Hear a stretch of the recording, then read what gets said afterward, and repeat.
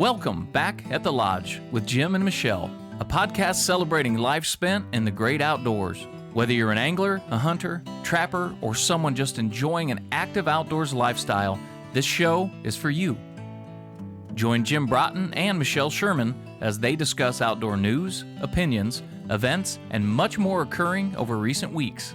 It's time now to pull up a chair, pour a favorite beverage, gather close to the campfire, and kick up those tired feet and relax, because you're back at the Lodge. Welcome to Back at the Lodge with Jim and Michelle and special guest. That's right. We have a special guest we'll announce in just a moment here. But Yes. Michelle, when did we last record a podcast? I'm Together, blanking. I should say. Do you I mean know what somebody year or do you has mean been- what episode? Sometimes I go off on my Month. own. And that's Mark Strand, by the way, that you just heard, editor of Midwest Outdoors magazine Indeed. That's right. and podcast And Midwest Outdoors podcast. and yeah. TV show. And I do some work on the TV show, Yeah. right? I'm not as active You guys are there, but multifaceted. We're multimedia. Yeah, I love it. Well, thanks for coming to my house. We're actually back at the Lodge at my house. we're at the Lodge. We're in. So am I the In-studio guest. That's right. You certainly are. I love it. It took us over a year to get this together. I hope everyone can I think appreciate. it was more than 1 year, wasn't it? It's been I mean, Mark, getting you to come to my house is like It pulling was teeth like- because it you're was. so busy. Except I was here for your birthday party. That's true. Well, that was a Wednesday night. Oh, what? I forgot. Yeah. Yeah, it was a Wednesday night. And Jim how- couldn't make This it. How place far was away do you rocking. live from her house? A long ways. I think it's about Takes you like 2 3 miles minutes or something. 3 miles. minutes. 3 miles, Yeah. maybe. Yeah, it's hard to bring in those guests from a distance. Yeah. Yes, sir. Yeah. You have to buy them a ticket. Do you want me to reimburse you for your mileage I today, do, Mark? Yeah. Oh, I kept a record of it. So, no, you catered in the lunch, so I think That's right, that Jimmy might John's. That might be Whoop, enough. whoop. Yeah. Maybe So we are get we them to brought? sponsor. Are we brought to us by? Are we brought to you by Jimmy John's? I wish. Well, we've got Mark in the studio today to talk turkey hunting, and it's one of Mark's specialties. How long you been a turkey hunter, Mark? It's one of my favorite. It is my favorite of all the outdoor sports, and I started. Actually, my dad was one of only 420 people who were drawn for permits during the first ever modern day Minnesota wild turkey hunting season in Holy cow. 1978. And he was one of the only people that actually shot one Wow. down there in southeastern Minnesota. Wow. And I got real interested during the process whereby he was learning how to call and learning how to scout and hunt turkeys and whatnot. I started the next year in 1979. So it's Okay. been And how old were you? in 79, I was probably like 19 or something like Okay. that.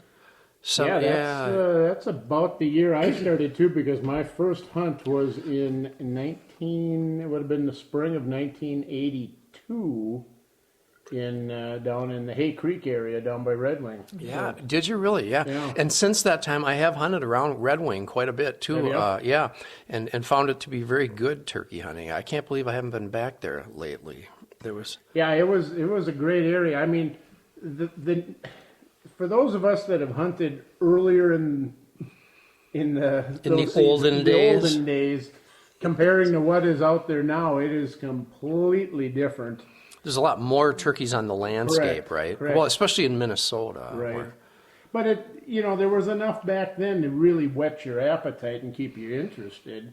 It's just that you didn't get to see or experience a whole lot of success. No, right. Yeah, you're right. And But- so But being out there was success enough. It was something new that a lot of hunters in Minnesota hadn't experienced, and it was a lot of fun.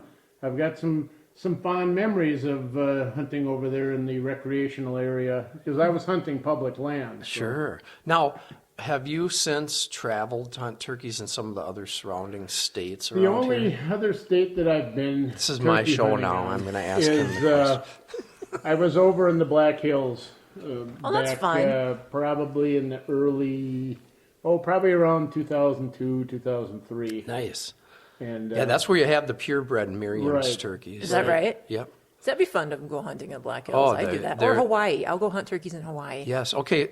In 2019, Jill and I are going to go turkey hunting Are in you Hawaii. kidding me?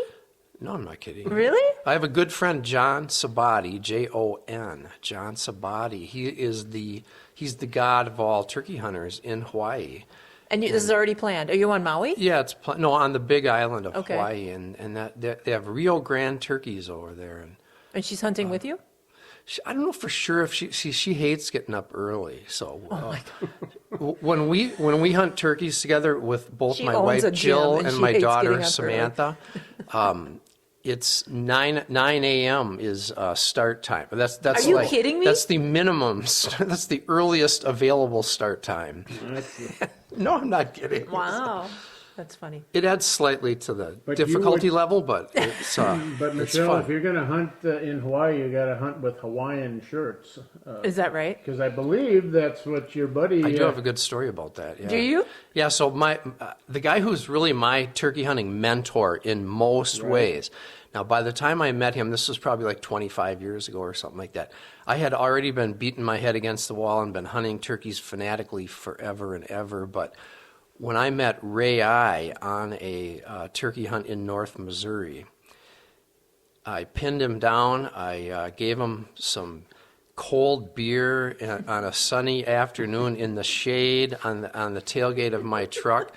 And You're like, we're going to be best friends whipped out forever. my like 9 single-spaced pages of questions, and I started now to was this hammer him unmercifully. Was this an accidental or a planned meeting? It was I was out hunting turkeys, which I did all the time in those days. I'm a big camper when I hunt turkeys, and so I had the back of my pickup truck completely loaded with camping gear, and I was probably on my I'd been gone for about 2.5 weeks or something like that, and I was in southern Iowa actually, just hunting, and I made a phone call to a guy that you guys probably knew, Gary Clancy, outdoor writer from down near Rochester, Minnesota. And I said, hey, Gary, I'm going to zip into Missouri, just if you got any tips, because I know you hunt Missouri, because I'd been down there and hunted it a few times at that point, but I didn't have great spots or anything. So he said, well, I'm supposed to go to Ray I's camp, but it looks like I can't make it. So let me make a phone call. And he calls me back in about 15 minutes. He goes, all right, you're in, but you got to get there as soon as you can. I was a long ways away from it.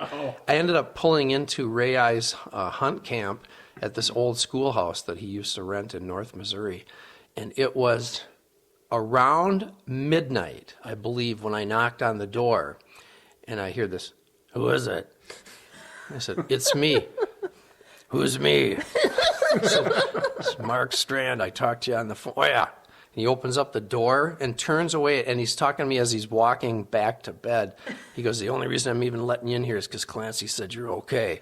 We're getting up at 2 hours. You can sleep right there. And so You're getting up in 2 hours? In 2 hours. So at 2 a.m. we got up. None of the other media people came to this particular camp because the forecast called for high winds, including tornadoes and torrential rain, which is exactly what we got. We actually parked a couple times and got out of the truck in case we needed to get in the ditch, like on the way out to this place that we were going to go hunting. Ray I is the only person, as I learned later, that would actually have gone turkey hunting on this day besides me. So we went and we tried. You tried turkey hunting in a tornado? Yeah, it was just ungodly winds, and we were. But the thing I remember most about that day is listening to him call, and I've heard a lot of good callers before and since, but there's absolutely no one in the world who sounds exactly like a real turkey, with the possible exception of his younger brother, Marty, who also sounds exactly like a real turkey. And so I was like, how are you doing? Can I see your call? And he shows me the call, and we started talking about it. So anyway, long story short, that afternoon when it got a little bit nicer, I subjected him to about 4 hours of cross-examination, and he at first I'm still known to this day as the Clancy replacement at every. Well, did you kill a turkey in the tornado? Not on that trip. I would assume not. It's the best thing that could have happened because nobody else came, and I was down there for 4 days, and he was stuck with me. So he's the one who answered all of my questions to my satisfaction. I realized then and there that, this is the turkey hunting guy. I need to listen to him and I need to try what he does. But to answer your question from a half hour ago, the Rain Man reference there, he goes turkey hunting in Hawaii fairly often he's the one who introduced me to John Sabati. And I've hunted with John over here on this side of the universe, out in Wyoming and in Missouri and some other places. He just got back from Hawaii, hunting turkeys over there. And his turkey hunting outfit was bib overalls, tennis shoes, and a Hawaii shirt. So I wasn't teasing. He's not making it up. It was a blue shirt with yellow flowers all over. Do you think that color combination makes a difference? I do, yeah. Okay, well the primary. There's your turkey tip for the day.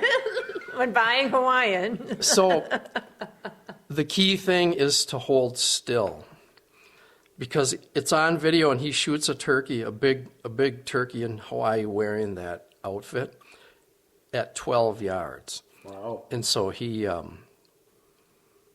holds still. When the turkeys can see you, you have to hold still, regardless of what you're wearing. Now, if I recall correctly in hearing this story before, one of the benefits of him hunting over there, are the turkeys a little bit easier because they don't have any natural predators, so they're not as wary as perhaps they are in other areas of the country? I might have, yeah. So that wouldn't be true in and of itself. So the wariness factor is still very much there, and it's very much part of the process.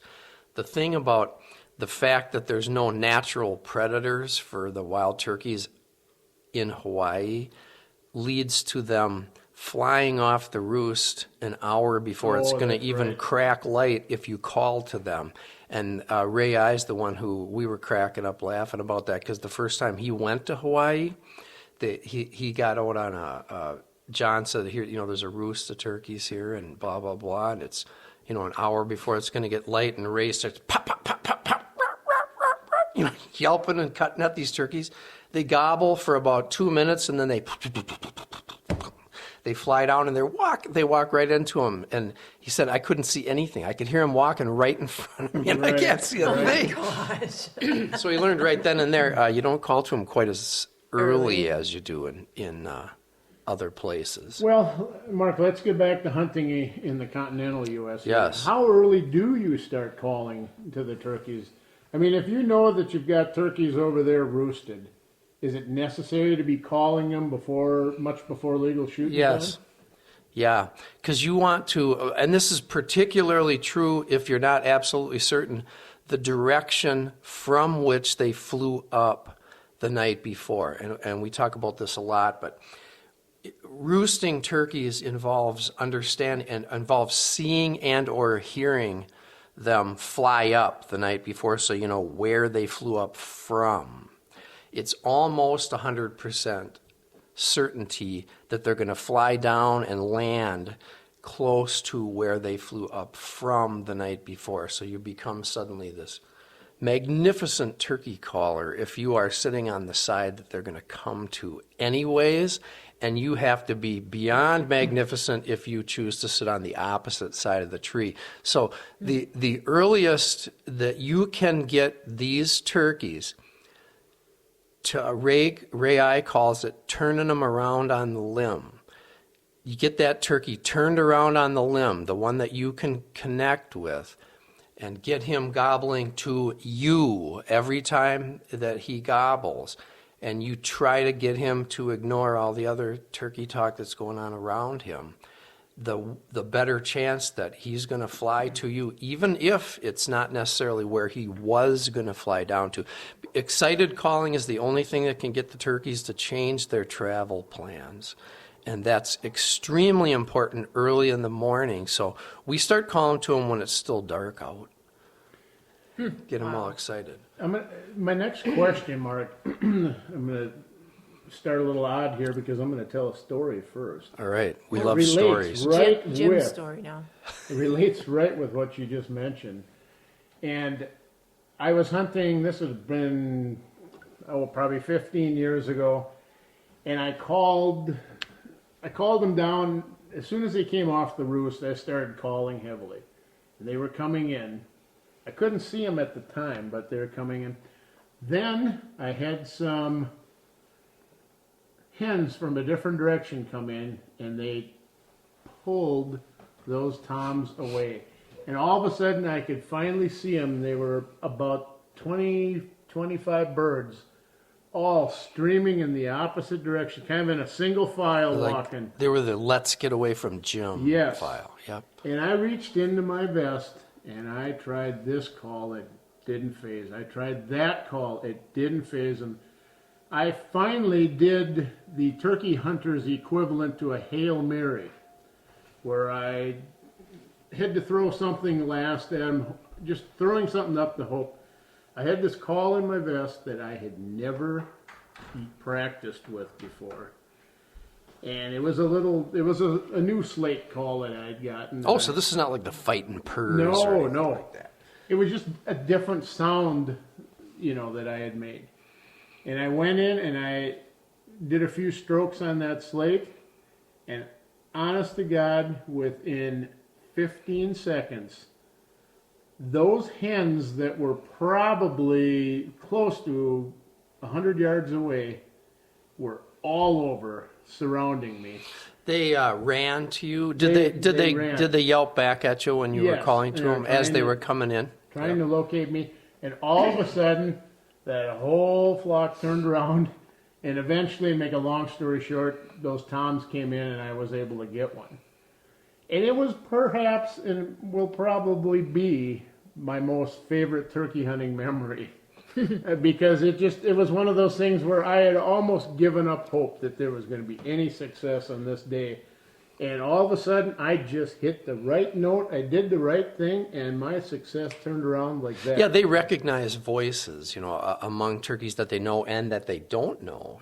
So that's why, for example, when we call to them like a gobbler, when we're gobbler yelping at them, it's oftentimes we get the gobblers to come to us because they don't know who's this new guy. I need to go check him out. I need to go check him out, either to kick his butt or just to find out, if he's like the Rock, and then we have to be friends with him.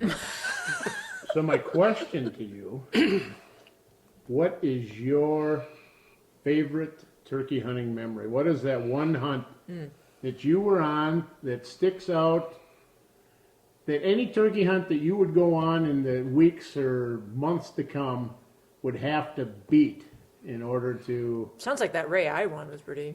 That was pretty darn good. Even though you didn't kill a turkey. I think I would want to talk about my son Willie's first turkey, and this was over in Wisconsin, not too far from the Twin Cities area, over in that River Falls area approximately. We hunted in our usual style. I was walking down it had been raining earlier in the morning and there wasn't much going on, and we were just quietly walking through the woods, on a little woods path basically, and I called loud like I always do, yelping and cutting, and it was funny because I did this whole string of yelping and cutting, and then I stopped, and there was a little bit of a pause, and then just eruption of gobbling and yelping, close, like really close. We barely had time to even sit down. As we talked about it later, where we were standing is where we needed to be sitting. So we just sat right there, and I kept calling, kept it up, and they came.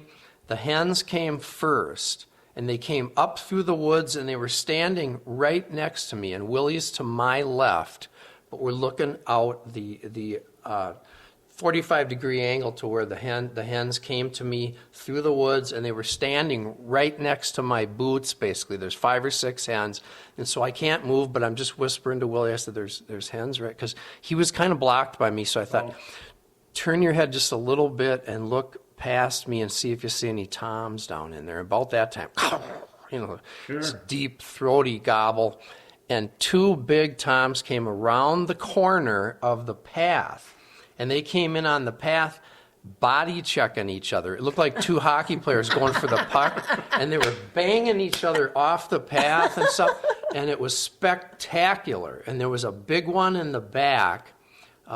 So there was actually 3. That's right. There was 3 toms. There was a big strutter in the back, and I said, Willie, if you have a shot at the strutter, go ahead and take him. Boom. Did you film it? I didn't have a camera with me that day. I'm kicking myself. Well. I wish you wouldn't have asked that question. Well, we're in the media business, so like everything is filmed Why wouldn't I all have the had it? time. And it was raining, and I'm that's surprised why. we're not filming this right now, to be honest with you. Exactly. We should be filming. No, Jim is filming it on his phone. So so boom, he shoots this. The big one. Yeah, and he got him, and I've got really great photographs. I got photos. I could bring you guys a picture of that turkey. How long ago was this? How old is he now? Well, he's 26 years old now, and he was like 13, I believe, wow. then. So it was a long time ago. Talk about your work with the youth, because I know you've taken a lot of youth out on their first hunts, because Minnesota has a very specific youth hunt. Right. So, yes, I was active in the beginning, too, when we, there's a guy named Mike Curry who works for the Minnesota DNR. Shout out to Mike. He's one of my favorite guys in the biz. Yes, one of ours, too. Have we met him before? Yeah, maybe. That's an inside joke. We interviewed him here, when would that have been? Late last summer? Exactly 1 year ago. Was it in the spring? Yeah. Okay. Oh, really? Yeah. So Mike Curry and a small group of us developed what is called the Certified Outdoor Mentor Program. And So as a mentor, you have to get certified? No, you don't have to, but we do have that element to it here in Minnesota. Okay. And the 6 of us, I believe it was, we put ourselves through the curriculum that we developed up front, so we became the first 6 certified outdoor mentors, where you actually pass a criminal background check, and then we gave ourselves the specific training that you have, so that on the days when you go to take out a youth hunter that you've been assigned to take out, what do you do if you get to the door and suddenly mom or dad or whoever said they were going to come with you says, you know what, I don't feel that great today, so you just take Johnny by yourself and whatnot. So we always try to minimize the chances for any claims of wrongdoing, even if no wrongdoing takes place while you're mentoring a young hunter out in the smart. woods. And so Has any state replicated that? I don't know. Why It's a wouldn't very you? good question. Like, why wouldn't I think you? Wisconsin is really interested in it, but I don't know for sure. So that'd be a good question. We have to have Mike back on the show, I Yeah. think. So even before those days, though, when we started the Mentored Youth Turkey Hunting Program, it's jointly held through the Minnesota DNR and the National Wild Turkey Federation, and I'm a volunteer with the East Metro Full Fans here in Woodbury and Oakdale, the chapter of the NWTF. So I have been mentoring young hunters on the official youth hunt since it started, and I think 13 years maybe Oh or my something. They goodness. said that. How many of your youth hunters have grown up full-fledged We turkey hunters? don't know for sure, because I haven't talked to all of them, but I got a great story about that. And this was a number of years ago. John Maloney, who's also a good friend of mine, the founder of Cannon River Winery down in Cannon Falls, Minnesota. He and I hunt together a lot, and we mentor together a lot down in that area. So there were these 2 sisters from Hastings, Alex Mamer and her sister, I'll think of it in a minute, sorry. But Alex came with me, and we hunted together that year. It was cold and snowy, and we didn't do very well. And part of the hunt is you get a official commemorative box call given by the NWTF to the youth hunter. That's cool. And I happened to be talking to her mom a few years after that. She called up or she didn't call, she emailed me and said, Alex has really taken to all of this stuff. She fishes a lot, but the thing about her turkey hunting is she kept it up after you guys went hunting, and she scouts, she knocks on doors and gets her own permission. She scouts the property on her own. She calls in the turkeys by herself and shoots them. And she sent pictures of these beautiful toms that Alex had shot. So I said, Wow. So last spring, I got back in contact with Alex and said, hey, if you would be up for it, let's go back out and do another hunt together and kind of revisit and tell the whole story. And she shows up to the hunt, and she still uses that Are you NWTF box kidding me? call that we gave her. Yes, As her turkey call? it's her favorite turkey call. And we hunted together last spring, and we filmed it. So I did have the camera that day.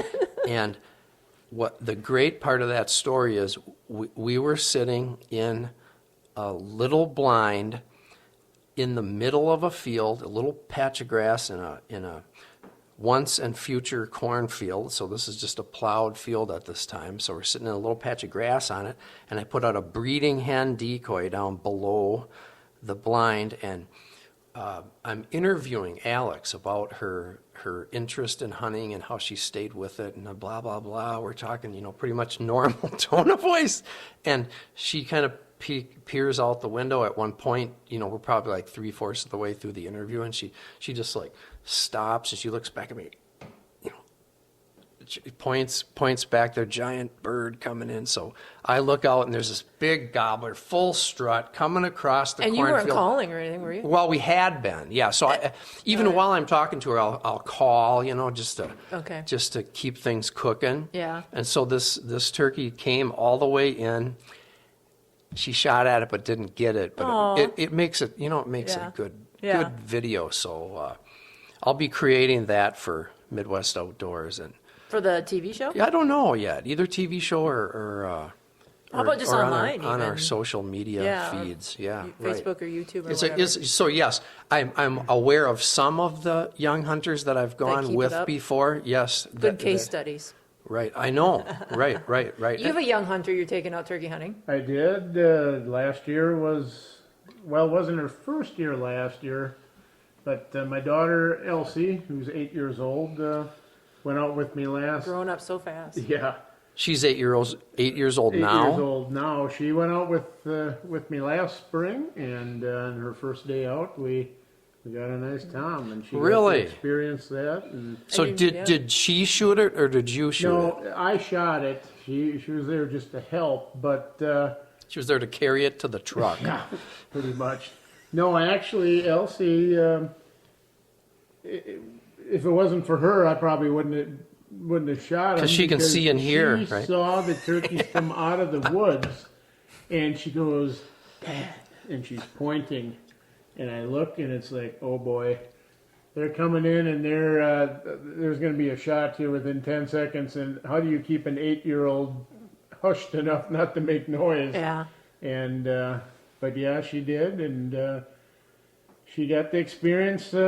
You got yelled at because it was loud. It was loud. Oh, and she didn't- yelled at you because the gun well, was so she loud? had Right. her earmuffs with, but she didn't have. They were enough time. conveniently and very coolly laying across her Yeah, shoulders yeah, rather so- than on her And ears. she didn't expect me to shoot that quick, but I said, well, when Dad brings the gun up to his shoulder, You Dad better is it's gonna time to shoot. be putting Yeah. stuff on your ears. But hey, let's take a little break here, and when we come back, we'll maybe have Mark show us or sound off of some of his turkey calls, and we can get into a little turkey Sure, and we talk can here. get into like any other how-to questions you have on turkey hunting too. We'll get into some more of that, but let's take a break here and Mm-hmm. listen to a message from one of our sponsors. Hey, this is Cole Reed with Stewards of Wildlife. We're spearheading the Rhinos Forever project right now, and we could really use your support. If you'd like to learn more about the project and how you can help, please visit our website at www.stewardsofwildlife.org today. Well, we're back here talking turkey hunting with Mark Strand, and Michelle is with us here too. And I'm eating right now. Michelle said she wasn't going to talk much because she didn't really know or care much about turkeys, but I I, She's say I having a didn't care snack. much. I think she did pretty well here this first. So I would give her for sure like a B- or a B. Yeah. We don't want A to. solid B at least. Well, we Yeah, don't. right. I'll give you a B. We don't want to give her a big head. oh my Exactly. God. All right, Too Mark. much ego. Let's talk about turkey calls here. I see in front of you you've got a slate there. I do, yeah. Let's talk about the slate. Now, from what I can tell looking at that slate, there looks like there's a certain way that you are abrasing the top of that. Yes. Yeah, so with a slate call, it's a soft surface. So it's like a blackboard, a chalkboard, Right. basically. And the best slate calls have wooden pots around them. And you certainly can find many, many, many slate calls for sale in stores that have plastic pots, and they're nowhere near as authentic sounding. But of course, like anything made out of wood, every one of them sounds a little bit different. And what you do to rough up the surface, I can't think of this guy. Maybe I'll try to think of his name. There's a guy from Florida that made a funny video that my Uncle Roger gave to us way back when, who described that if you're going to use any kind of a call like this, you got to have friction. So in order to get friction, you use these. It's like those 3M pads that people use for washing their Right, dishes. it's like a little Brillo. You I don't know if it's a Brillo pad. Yeah, but something like that, that. like a Brillo pad. You buy them at the grocery store or whatever. Make sure that you buy the ones that do not have dish soap impregnated into them, because you don't want to lay that on your call. So you with a slate call or glass or whatever, you work the surface of the call all in one direction. Blow off the little dust that comes when you And do see, that. I think that's where a lot of people can go wrong, because if you've got something that's circular like that, it's so easy if you don't know what you're doing to just start making Going a circular motion, and that kind of separates those who don't know what they're doing from those who do, because you want to have all the abrasion, all the grinding that you do on top of the call to go in one direction. Right. And then you want to actually move the striker, which is usually made out of wood, in exactly the opposite direction that you were sanding it, so that you create that friction between the striker and the call. Now, do you hold the call a certain way when you're doing that Yes. abrasion? Because No, not while you do. You just hold on. you always want to abrase it Oh, in I the see what- same direction Now I every understand time your you're question. doing it. So I know on some of the slates I've got, they might, if it has a logo or if there's anything that's there, I always hold it so it's, upright or whatever. So Yeah. I hold it the same way so that when I'm abrasing it, from the first day I abrase it to the 3 years later, I'm still abrasing it that same direction. Interesting. And I would love to be able to say that I do the same thing, but Well, you can see your, when it's pitch black maybe, out yeah. in the morning, I can never see. But I I mean, look that at it would be the 100 idea. times, I can't figure out where I used to do it at, so I just go ahead and do it. But that So would be the things get ideal screwed if you up could in do the it. morning. Yeah, no, I think you're right. And just an excuse to go buy another turkey call. it's maybe, except I get kind of where I like certain ones. This is actually a new one that I have here. I see it has your name on it too.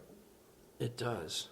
It's pretty Written special. in Sharpie, yeah. It's, Oh, written in Sharpie. Oh my gosh, I thought it was burned on. no. That's hilarious. You can get them personalized Yes, like that yes. Michelle, for an extra $20. Yes. Exactly. So, what It's his were we own just talking handwriting, about? too. That's- It is. How did I do that? It's amazing. Fascinating. So, what they do talk about, and I think it is true, that a lot of these type of calls, they call them pot and peg calls, or Right. slate calls, like a generic term for these calls, even though some of the surfaces are copper, titanium, glass, whatever. That there can be a real sweet spot somewhere on this call, and that's one of to get back to what you were talking about. If you discover where there's a sweet spot on the call, then yes, go for that and use it all the time. Honestly, and you told that story about calling in those hens when you suddenly struck a tone that struck a tone with them. I don't really care that much about whether I find the same spot or not when I'm doing it, because Because you're always talking to a different group of turkeys. yeah, you are. Now, Mark, I'm Yep. not sure if this is correct or not, but in my mind, to some extent, I think a slate call can also be a directional call, too. Yeah, right. Wherever you aim the back of the call, Right. the bottom, let's call it the Right. bottom of the Right. call, is where all the little holes are. And that's kind of the sound that's where the sound chamber the kind of speaker, goes out. so to speak, right? So wherever you're aiming that with your hands is kind of where it's going. So that's important to know, that not only what you're doing on top of the slate call, but what's going on the bottom, how you're holding it, is also important. Because, for instance, if you're trying to really get a call off towards the east where they're gobbling, you may want to hold it up that way when you're doing it. But let's say they're coming in and you want to do something a little softer.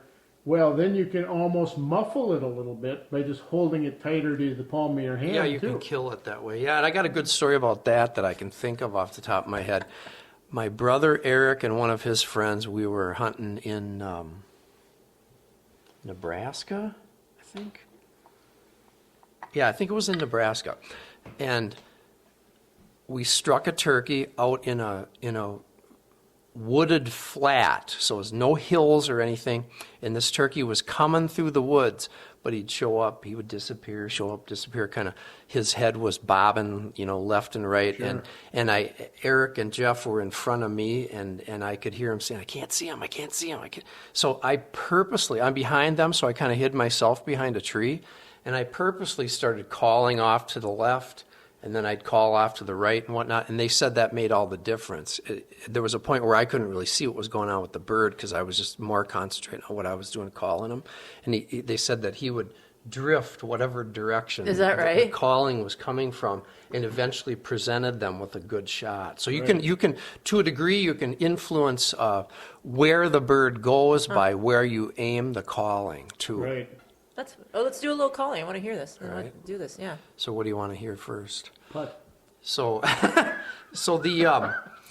thing that's important about holding That was a onto a joke. slate call is that you don't want to do the Vulcan death grip. You don't want to grab it. You keep a lot more life in the call if you hold it gently.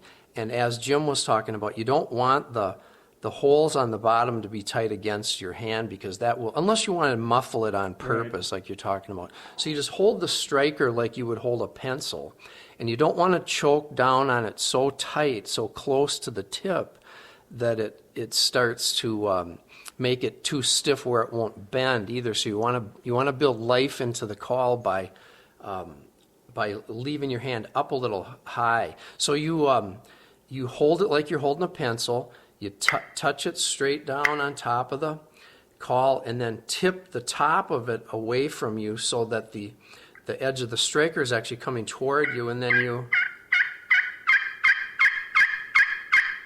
you make like an elliptical motion with your hand. And what I just did there is the yelp of a hen turkey, so that's yelping. And you can hear kind of the double tone of it and the rasp and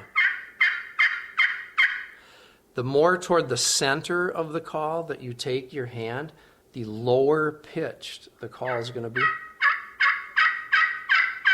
The more toward the outside edge, the higher pitch. What's important to know is that the same turkey, as you talk to either a hen or a gobbler, when they get more excited, they get higher pitched sounding. So you might hear a hen go, and then you talk to her for 5 minutes and she's suddenly going,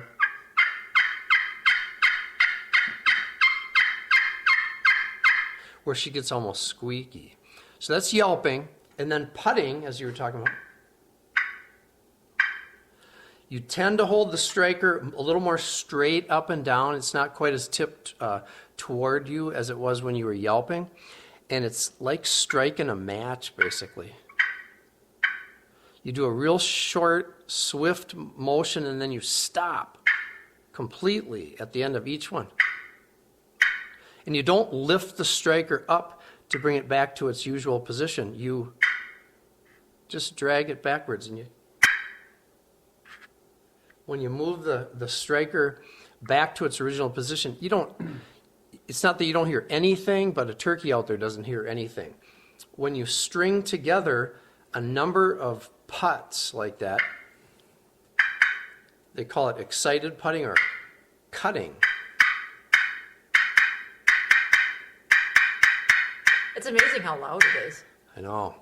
So that's cutting. That's the cutting of a wild turkey. And if you listen to the biologists when they attempt to lay a meaning, yelping, it's difficult to assign a meaning to yelping because it depends so much on what it is that bird is saying. It can almost mean anything from, I'm a turkey to where are my babies to I'm excited, I'd like to get together with you. Right. But cutting is generally believed to mean I want you to come over to me. And so as a hunter, think about what better message you could send to a turkey than I need you to come over here, because it's difficult for us to walk right up to them because they tend to see us when we're walking toward them. So you want to mix together strings of cutting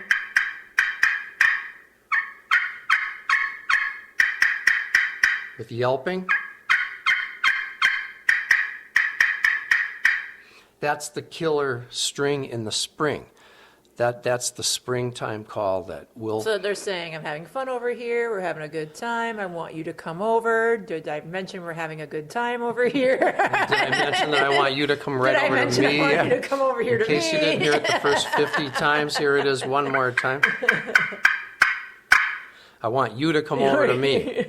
I'm not going to come over to you. Another call that's really important to know about is expectant putting, is what I call it.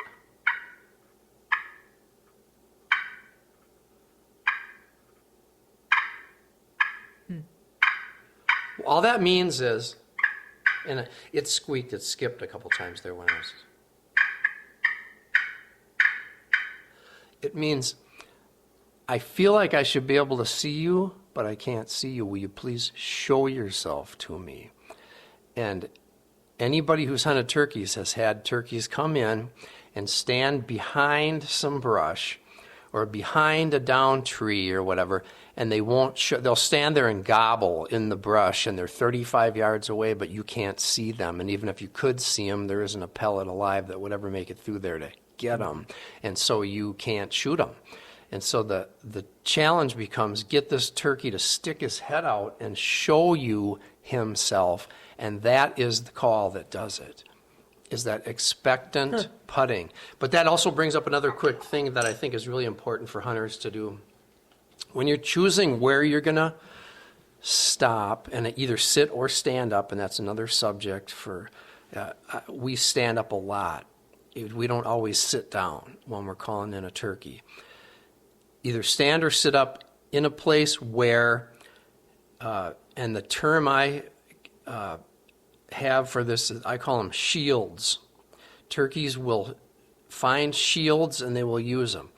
Downed trees and patches of brush are killers of otherwise good shooting opportunities. So every time when I'm picking a place that I'm going to try to call a turkey to, that's what I'm looking for, is shields. I want to get away from the shields, or I want to get within a very close distance, or I use the shield myself and I don't make it available to the turkey so that he can't come in and hide behind it.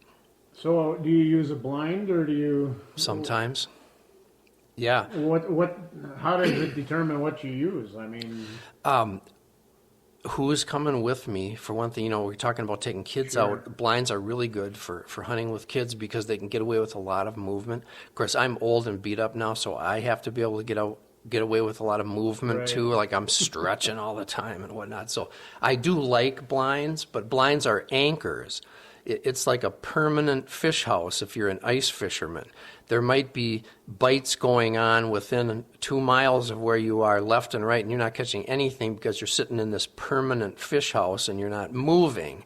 So going to where turkeys are, finding a turkey that loves you right then at that moment is often the challenge. And so quietly moving your way through the hunting area, always calling from a place that you would be happy to have a turkey come to as you're moving and calling. But we use blinds a lot, especially right away in the morning, especially if we have turkeys roosted. We can set up the blind even in the dark, after they're set up, and get it dang close to them.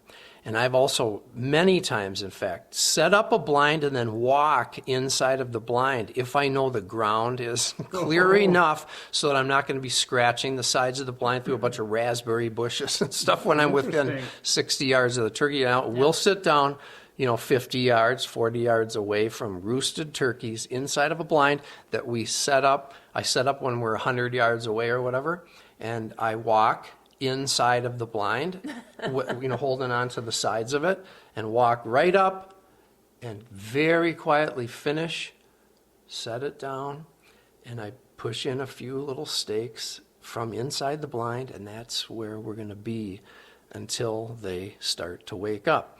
And you have to do that at least an hour before it's going to be When they're anything still other than sleeping. pitch black. Yeah.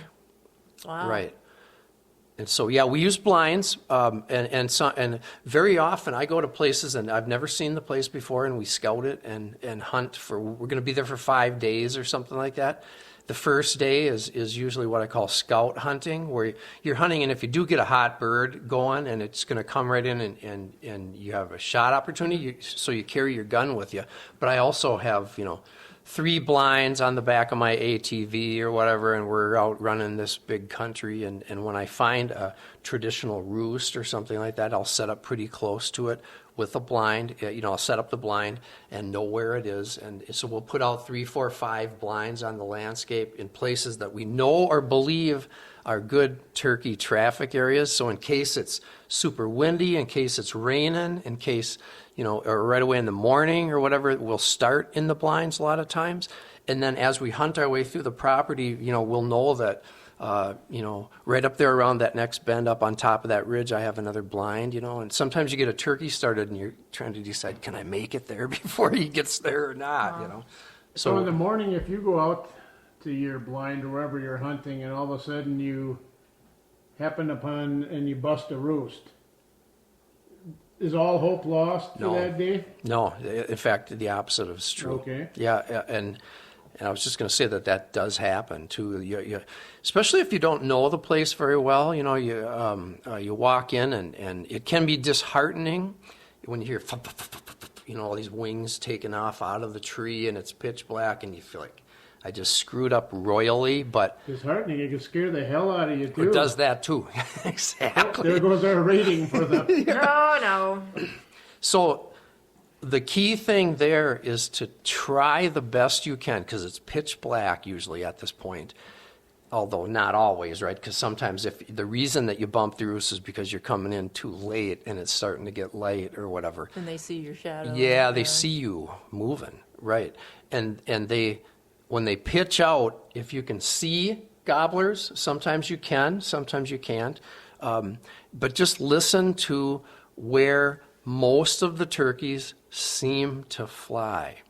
And it actually can work greatly in your favor, because their little orderly world that usually can exclude you is now broken to smithereens. So you work your way down toward where those birds went in the dark, and then you sit there and you wait for a while, and then you start calling. So the best thing you can hope for is they scatter in different directions.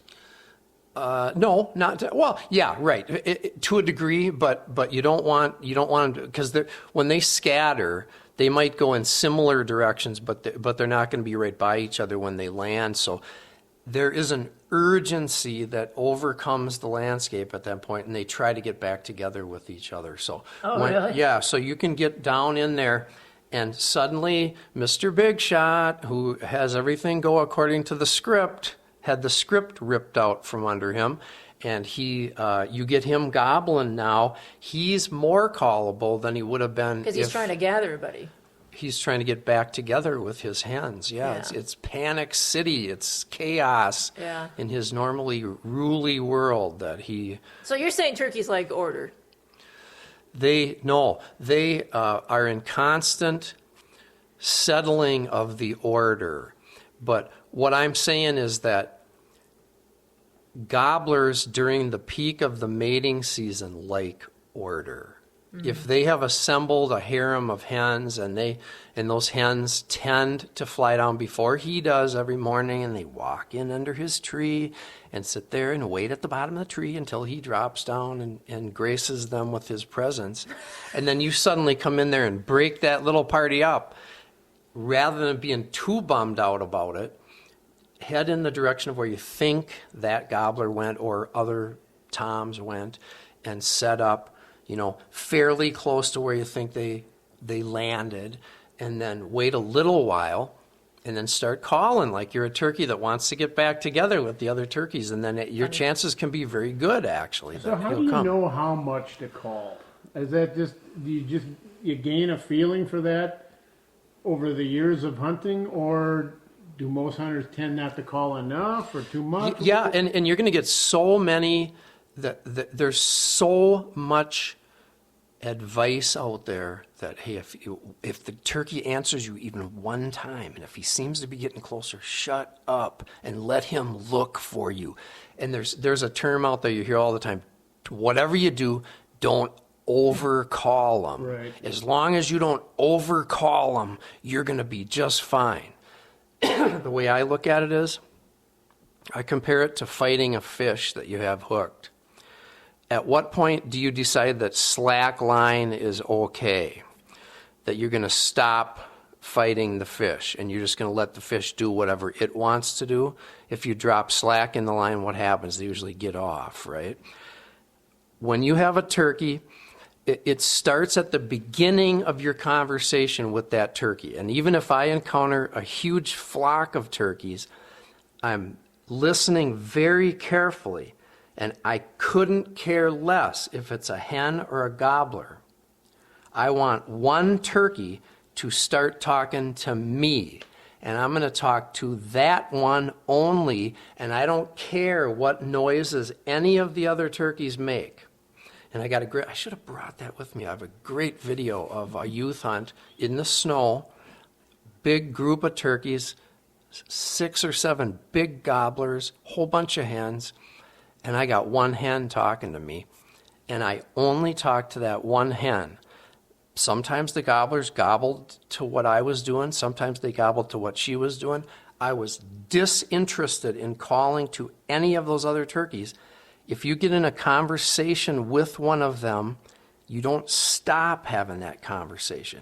You keep talking to them. You do everything you can, in fact, to ratchet it up, because you want the excitement level to get to the point that it's craziness. And then other turkeys oftentimes come from other directions, and you make things happen that otherwise weren't going to happen. And instead of letting this big gobbler hunt for you, they come in with the snoot all shriveled up on the top of their head, and they're taking very careful steps, and they're inspecting every little stick. And if you move a little bit, you're going to get busted. That turkey's going to be gone. But if, by contrast, that turkey's choking on his breakfast because he's gobbling so hard at you, and he comes through the woods, we call them tilt-a-whirl toms, where they're spinning like a ride at the carnival, and they're rocking their tail back and forth, they're running, they're walking, their beard is swishing back and forth, they're gobbling, and they come in so drunk on their own hormones that you can get away with murder in terms of the movement that you make, and that turkey is not all weirded out by everything, and he'll just keep coming and coming and coming, and that's how you can choose when you want to shoot at him. And there's just plus I always say, what do you want from the sport? Do you want to shoot one while it's walking by? And also, let me be clear about this, that everybody should hunt the way that they want to hunt. And it's fantastic if you want to yelp 3 times and then wait an hour. And if that works, beautiful.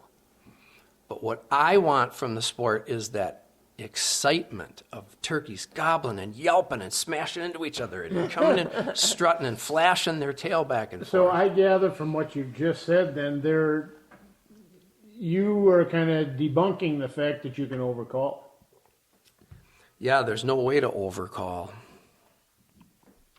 As long as you're engaging in a conversation with one turkey at a time, and that turkey is getting excited, you don't want to like stop. With that one turkey. Yeah, because Right. what do they think if you suddenly stop calling to them? Right. And you'll hear so many people say, if you call to them and get them all excited, they're going to hang up. They're going to stop when they're 60, 80 yards away from you, and they expect you to come the rest of the way. And I'm just telling you that sometimes that happens, but it has much more to do with the fact that you're not sitting in a good place. He saw you. Usually they see you, and that's why they stop coming. They'll stand out there and look at, they saw something they didn't like, et cetera, et cetera. But they don't stop coming when they're excited and you're talking to them. Okay, so let's move on to decoys. Yes. Do decoys get them in any closer? It's a long story, but I'll try to make it as brief as possible. And we have to separate hen decoys from Jake or gobbler decoys. Okay. And let's address the gobbler and Jake decoys first of all. Okay. For every even mature tom that will be in the mood to come in and take on your full strut gobbler or Jake decoy, there's at least as many who recently have had their butts kicked by a band of Jakes, or for whatever reason, they're just not particularly dominant personalities. They don't like to fight. They don't fight that much, and or it's not really the time for fighting.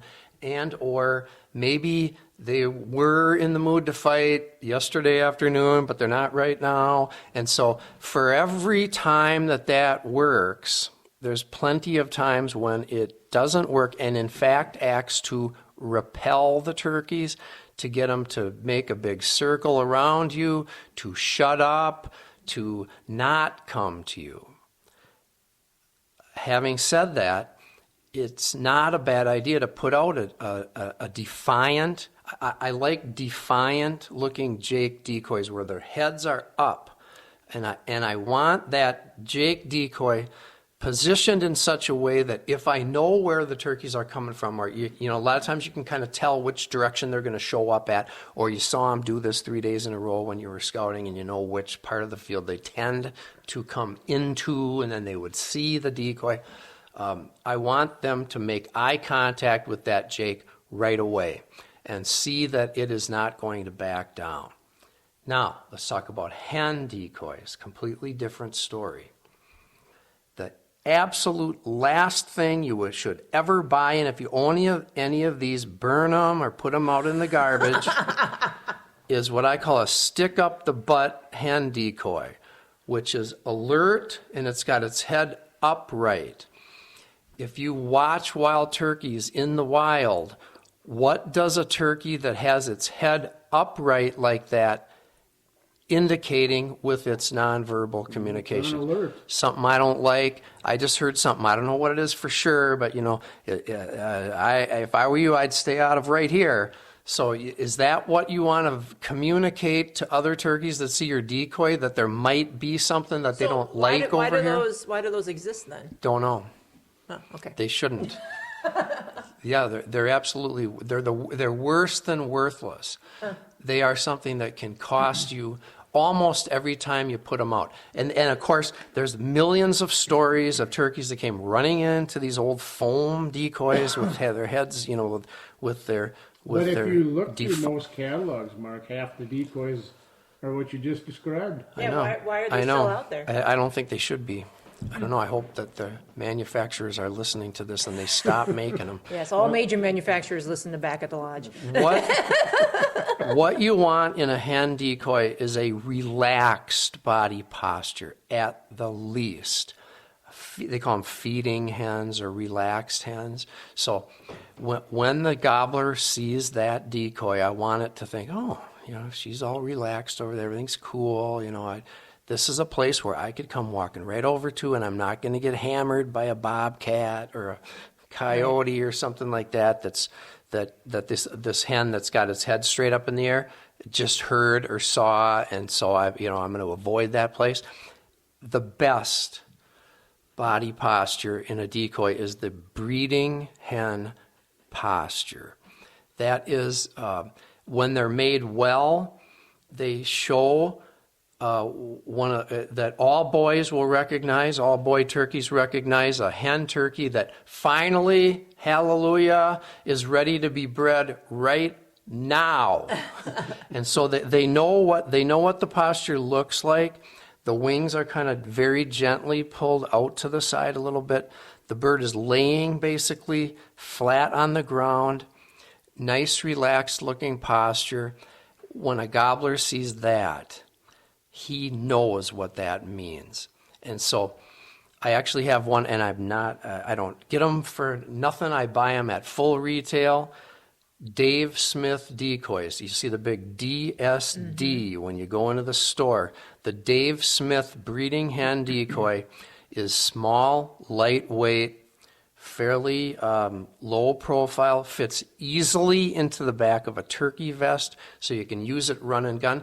You have to have a caddy to bring along these full strut gobbler decoys and stuff, and they weigh a lot. So it's something that you would potentially set it up if you're sitting in a blind, but are you going to bring it with you when you leave the blind and start to run and gun through the countryside or not? Whereas that Avian X also makes a very nice looking breeding hen decoy.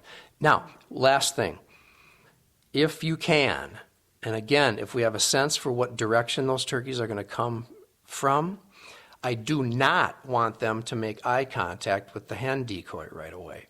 They come out at 80 yards and they stand up at the edge of the field, going to full strut, and then they look at the hen decoy, dang it, she can't see me. I'm looking right at her butt. I need to come closer and get a little bit off to the side so she can see how magnificent I am. So non-verbally, I want to communicate to that turkey, you got to keep coming, I can't see you yet. Yeah. so that's what you want. Okay. Decoys. Well, are you saying in terms Decoys of in decoys then 3 that it's minutes. not necessary to get the remote control decoy, what do they call it, the Moby decoy? No, it's not necessary. I think motion. Have you seen them? Yeah, I think motion in a decoy can be a great thing, though. I do. I think that's pretty cool. I think decoys can be magnificent. I think they can sometimes bring turkeys running, even if you happen to be interviewing someone at the moment. Like I was talking about interviewing Alex, and I had that breeding hen decoy out, and he saw that and came right to it. But also, if you are, let's say you're hunting in the timber, in the woods, what I like to do there is I'm working a turkey. I'm usually moving on it a little bit to get closer to it, to break inside that inner circle and really get him coming to me. And when he's coming, if I can see a rise in the terrain, I like to move up to where I'm below his level, when he shows up at the top of the hill, which he's going to do, and he goes to peek over the top of the hill. Right. He's already in gun range, so he doesn't have to come any closer. Yeah. So maybe 30 yards, maybe 25 yards, maybe 35 yards from the top of the hill, that's where I sit down or just stay standing and wait for him to pop his head over the top. Well, Mark, and you don't need a decoy. That's good info on decoys. I certainly will look at doing things a little differently this year. Before we wrap up here, let's talk a little bit more about the calls. Now, Yes. we've done the slate and that. A lot of the sounds can be made from different types of calls. That's right. What is your favorite call? Are you using mouth calls? Are you using the slate? Are you using a little bit of everything? Yeah, I use box calls, slate calls, glass calls, mouth calls. Mouth calls are my favorite because I think you can do things with a mouth call that you cannot do with the other types of calls. And it does give you an opportunity to keep talking to the turkey. Like these days I run a video camera a lot more than I only shoot a couple Right. turkeys a year probably of where it's me with a gun in my hand. But whether you have a gun or a bow or a video camera or anything, when your hands are occupied, it's pretty darn hard to keep using the slate call or the box call. And so you can talk to the turkeys with the mouth call as they get in. There's one thing we didn't talk about that is extremely crucial. We were talking about the yelp of a hen turkey. And here's the yelp of a gobbler. The difference is that the gobbler, when it yelps, each note is longer, perhaps a little bit slower. Each one lasts longer, and it's in a slower rhythm. The turkeys absolutely know which one is which.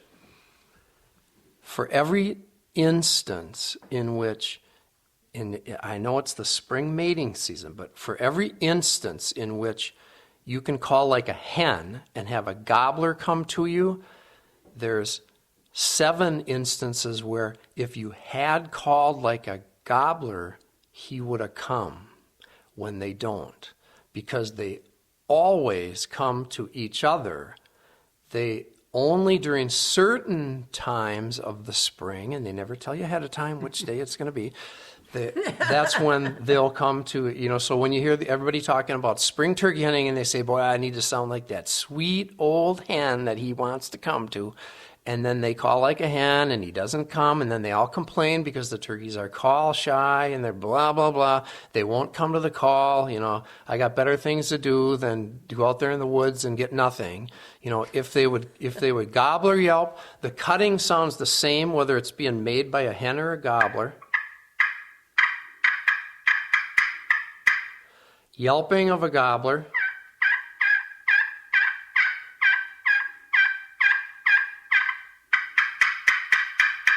If you do that, they know what it is. If they're a boy turkey, it's way more likely that they're going to come to another boy turkey than it is that they're going to come to a hen. But you pay attention to each turkey. You try them both and you see which one gets a response. So why is there so much bad information about turkey hunting out there? That's a good question. I know. Is it been stuff that's evolved over the years and people just wanting to write articles and sell? Or are they excuses when a turkey comes in and hangs up? Is it an excuse for just you got busted? Yeah, because it couldn't have been them. Yeah, right. And so a lot of times hunters will complain that the season is over, that they're all call shy. In Illinois, for example, it is illegal to call like a turkey out in the woods before the season starts. It's a law. You can get a ticket from a conservation officer if you blow a turkey call in the woods in Illinois to this day before the season starts. And that's because of this old belief that if you call the turkeys before the season, you'll make them all call shy. They won't come to calls anymore because people have been calling to them. Well, how do you think the turkeys get together with each other in order to have babies? And how do they it doesn't make any sense. If you're out in the woods early in the morning, you hear a lot of turkey talk, and especially that comes on all by itself. They don't stop. But if you walk through the woods a lot and you get them all, you might move them. They might not be there anymore, for one thing. And if there's a lot of people walking around and people are out there driving around on ATVs and dogs are running through the area and stuff like that, right? Yeah, it can shut them up. They can get real quiet. I think a lot of this bad information is coming from people who, frankly, don't spend a lot of time outdoors. Like you were talking, like why are you out doing this? Why are you in the sport? And we know there's a lot of people that just run and gun, right? I'm going to go, yeah. I'm going to call, I'm going to set up, I'm going to shoot, and I'm back. And that's it. And, they never actually spent the time out there, even just watching the toms and everyone come into their decoys and seeing how they act. And, well, if I did this, then what happens? If then scenarios. Like so many hunters, I think, don't even, it's just all about the end of the game. Yeah, Ray I says it so well that he says, if you'll just watch the turkeys and listen to them, they will tell you how to hunt them.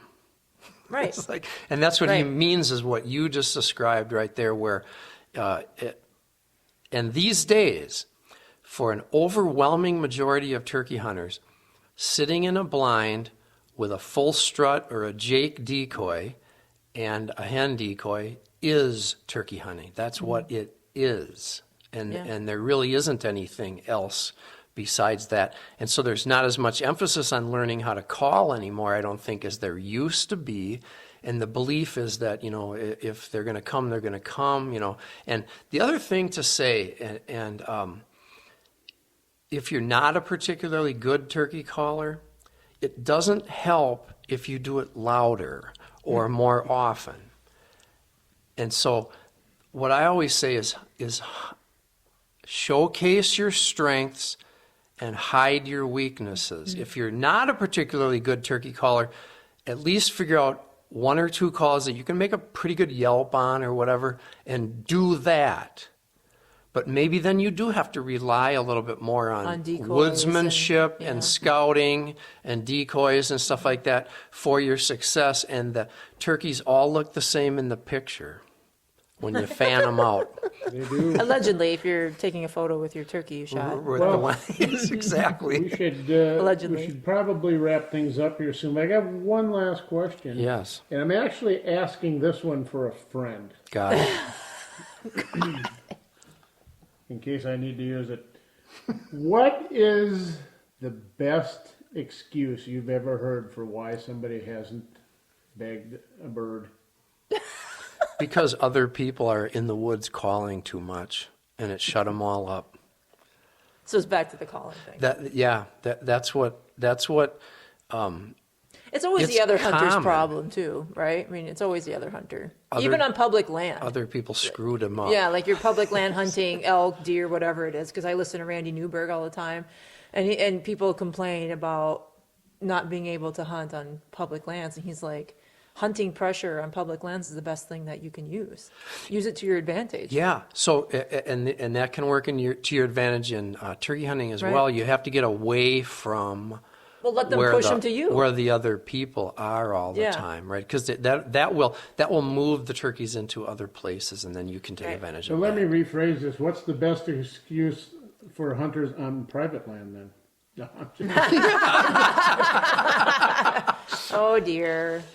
Yeah, that was well, amazing. a lot of times it comes down to I called to them, they answered everything I said, and then they walked the other way. And the most likely scenario is that the turkey or turkeys went off in the direction that they always go. Yeah. And then, and so they might have a little route that they do, or, you know, turkeys are not as patternable as deer, for example, but you can get a sense for what they tend to do. And then the most important thing is to get over there on that side of the roost, you know, the side that they tend to go, especially, and this is so true off the roost that you hear it all the time. Man, I was calling, he was gobbling, he answered everything I said, and then he flew the other way because he knew I was a hunter or something. They don't know that. They're just going the way they're going to go, you know. Well, Mark, thanks for joining us today. We Yeah. really appreciate you stopping by in the is it Studio A or Studio B here, Michelle? This is a palatial studio, Yeah. too. Very Like- palatial. Yeah. Well, your ranch it must be Studio A. Yes, this is So this is Studio B? Yeah. Got it? Okay, cool. Yeah. Although my last name is Broughton, it should be Studio B, and you should Studio S. Figure it out. We won't get into it. Yeah. Anyhow, if anybody has any comments about this podcast or any of the other podcasts that Michelle has done on her own, especially, please let us know, and Yeah. we will answer Well, how them. can people reach you? Oh yeah, so you can look me up. In particular, these days I'm at MidwestOutdoors.com, and you can contact us directly through the website there. And I just want to say thank you to you guys as well, Yeah. because this has been fun. Yeah. I appreciate So you is coming that up. like a monthly news newspaper to subscribe Yes, to? Midwest Outdoors is a monthly magazine that comes out. We cover about 12 states throughout the Midwest. We have a separate information. state edition. We do 8 separate state editions. Some states are kind of like Iowa and Missouri has a shared state edition, for example. Minnesota and the Dakotas have a shared. It's a lot of information, those magazines. We publish about 200 articles every month. Yeah. We're growing, actually. And we have Midwest Outdoors Television. You can watch that on a whole variety of channels and cable outlets. And if you go to MidwestOutdoors.com, you can find a whole TV listing, and it shows you where you can find it, and you can subscribe to the magazine right there, too. So thanks for asking. All right, well, sounds very good, Mark. Well, that pretty much wraps it up for, I was going to say this week. I'm not even sure if it's this month at the rate we've been podcasting. Could be this quarter. Actually, Michelle and I are making a pledge to all of our listeners right now. Wait, I'm going to write this down. Wait, Yeah. wait, what? He's writing it down with the peg from his Yeah, turkey. striker. I'm writing it down on No, this we're slate gonna call. we're gonna try and get together and do a few more of these on a okay. more regular basis, right, Michelle? Have you made that pledge before, or is Yes, this the we first have, time? and we have broken it before. We try so But hard. we have some of the most loyal listeners Do out we? there. Well, One? we have one in particular who I'm not sure will even make it to this And end of the podcast. they hang in there and wait for you to come out with a new episode, right? So anyhow, we'll wrap it up here. Thanks for listening. Bye. You've been listening to Back at the Lodge, a podcast hosted by Jim Broughton and Michelle Sherman. Please join them again next time for another episode as they discuss a variety of topics pertaining to the great outdoors.